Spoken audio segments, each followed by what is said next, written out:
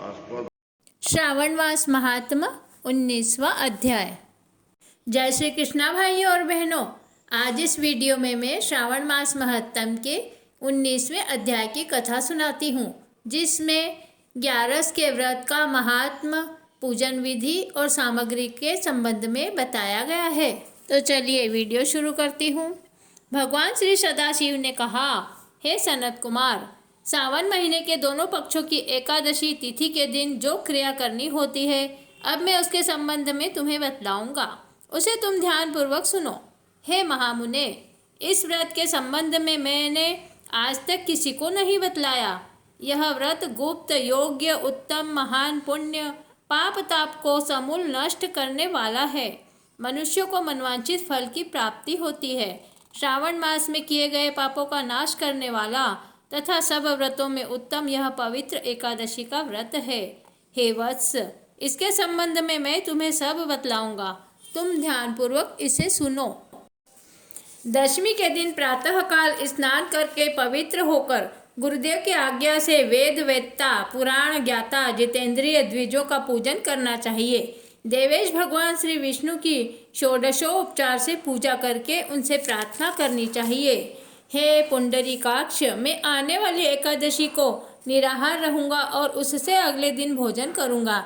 हे अच्युत, आप मेरी रक्षा करें। हे विप्र, उस दिन गुरुदेव तथा अग्नि के समीप नियम से भूमि पर सोना चाहिए। काम और क्रोध त्याग कर एकादशी के दिन प्रातःकाल भगवान केशव में चित्त लगाकर अथवा अन्य कार्य करते हुए श्रीधर श्रीधर का नाम जाप करते रहना चाहिए। हे विप्र, 3 दिन तक न तो किसी पाखंडी को देखें और न ही उससे बातचीत करें। हे वत्स, केवल इतना करने से ही यह व्रत मोक्षदाता हो जाता है। मध्याह्न के समय पंचगव्य लेकर क्रोध को त्याग कर नदी आदि के सुंदर जल में स्नान करना चाहिए। भगवान सूर्य को नमस्कार करके श्रीधराय की शरण में जाकर वर्ण आचार आदि सब काम करके अपने घर को वापस लौटना चाहिए। घर पर आकर श्रद्धा तथा भक्ति द्वारा भगवान श्रीधर का अर्चन पुष्प, धूप, दीप और अनेक तरह के नैवेद्य द्वारा करना चाहिए। रात में गीत, वाद्य तथा कथा सुननी चाहिए और जागरण करना चाहिए। पहले कलश स्थापना करके पंचरत्न और सोने को कलश में रखकर श्वेत चंदन से पूजा करनी चाहिए और फिर कलश को 2 श्वेत वस्त्रों से ढक देना चाहिए। देव चक्र गदा तथा पद्मधारी भगवान देव देवेश की पूजा करके ब्राह्मण को सोने की दक्षिणा सहित कलश देना चाहिए। दिन यह घड़ा दान सहित ब्राह्मण को देते समय इस प्रकार कहना चाहिए, भगवान श्रीधर जी, आप प्रसन्न होकर मुझे उत्तम लक्ष्मी दीजिए। यूँ कहकर जगत गुरु श्रीधर का अर्चन करके श्रेष्ठ द्विजों को भोजन करवाकर अपनी शक्ति के अनुसार दक्षिणा देनी चाहिए। अपने नौकर चाकरों को भोजन करवाकर गौ को चारा डालना चाहिए। स्वयं अपने सगे संबंधियों, घर के सदस्यों तथा इष्ट मित्रों के साथ भोजन करना चाहिए। हे वत्स, यह मैंने तुम्हें शुक्ल पक्ष एकादशी तिथि का व्रत विधान बतलाया है। इसी तरह कृष्ण पक्ष की एकादशी के दिन भी करें। शुक्ल पक्ष तथा कृष्ण पक्ष की तिथि के दोनों व्रतों का विधान समान है, केवल इनमें नाम का ही भेद है। कृष्ण पक्ष में भगवान से यूँ प्रार्थना करें, हे भगवान जनार्दन, प्रसन्न होइए तथा मुझे उत्तम लक्ष्मी दीजिए। शुक्ल पक्ष में श्रीधर और कृष्ण पक्ष में भगवान जनार्दन कहे गए हैं। यह मैंने दोनों ही व्रतों का विधान तुमसे कहा है। हे तात, इस व्रत के तुल्य न कोई व्रत हुआ है, न है और न आगे होगा। मनुष्य को इसे गुप्त रखना चाहिए और किसी दुष्ट प्रकृति वाले से नहीं कहना चाहिए। भगवान सदाशिव ने श्री सनत कुमार से कहा, द्वादशी के दिन भगवान विष्णु के निमित्त पवित्रारोपण के संबंध में तुम्हें बतलाऊंगा। देवी पवित्रारोपण में मैं तुम्हें विधान के संबंध में बतला चुका हूँ और अब श्री विष्णु पवित्रारोपण में विशेष विधि बतलाऊंगा, तुम ध्यानपूर्वक सुनो। हे तात, इसका अधिकारी कौन है, यह जान लेना भी आवश्यक है। ब्राह्मण, क्षत्रिय, वैश्य, स्त्री, शूद्र और सर्वधर्म स्थित जनों को भक्ति द्वारा पवित्रारोपण करना चाहिए। स्त्रियों तथा शूद्रों को केवल नाम मंत्र द्वारा श्रीहरि का पूजन करना चाहिए। सतयुग में मणि का, त्रेता में सोने का, द्वापर में रेशमी तथा कलयुग में सूत द्वारा पवित्रा का निर्माण करना चाहिए। सन्यासी को मानसिक पवित्रारोपण करना चाहिए।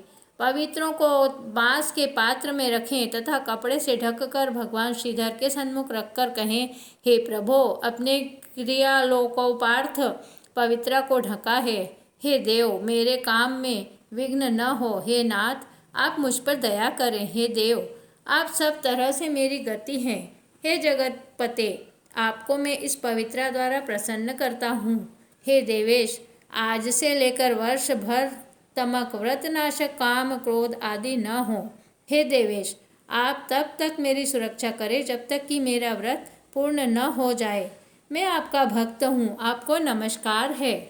इस तरह भगवान श्रीधर से प्रार्थना करनी चाहिए। कलश पर बांस के पात्र में रखे पवित्रा की नम्रता पूर्वक इस प्रकार प्रार्थना करनी चाहिए, हे पवित्रा, 1 वर्ष तक किए अर्चन से प्रसन्न होकर आप विष्णु लोक में से यहाँ आई हैं, अतः आपको नमस्कार है। हे देव, विष्णु तेज से उत्पन्न रमणीय तथा पापनाशक सब इच्छाओं के प्रदाता आपके शरीर में पवित्रा को धारण करता हूँ। हे देवेश, हे पुराण पुरुषोत्तम, आप मेरे द्वारा निमंत्रित हैं, अतः आपका पूजन करूँगा। आप मेरे सामीप्य हो, आपको नमस्कार है। हे देव, कल प्रातःकाल आपके निमित्त इस पवित्रा को अर्पण करूँगा। फिर पुष्पांजलि देनी चाहिए तथा रात में जागरण करना चाहिए।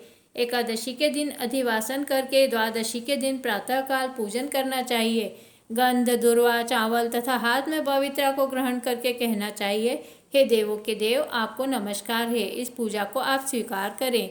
1 वर्ष तक पुण्य फलप्रद पवित्रा से निवेदन करना चाहिए, आप मुझे पवित्र करें। हे देव, मैंने आज तक जो पाप किया है, आपके सुप्रसाद द्वारा मैं उन पापों से मुक्त हो जाऊं।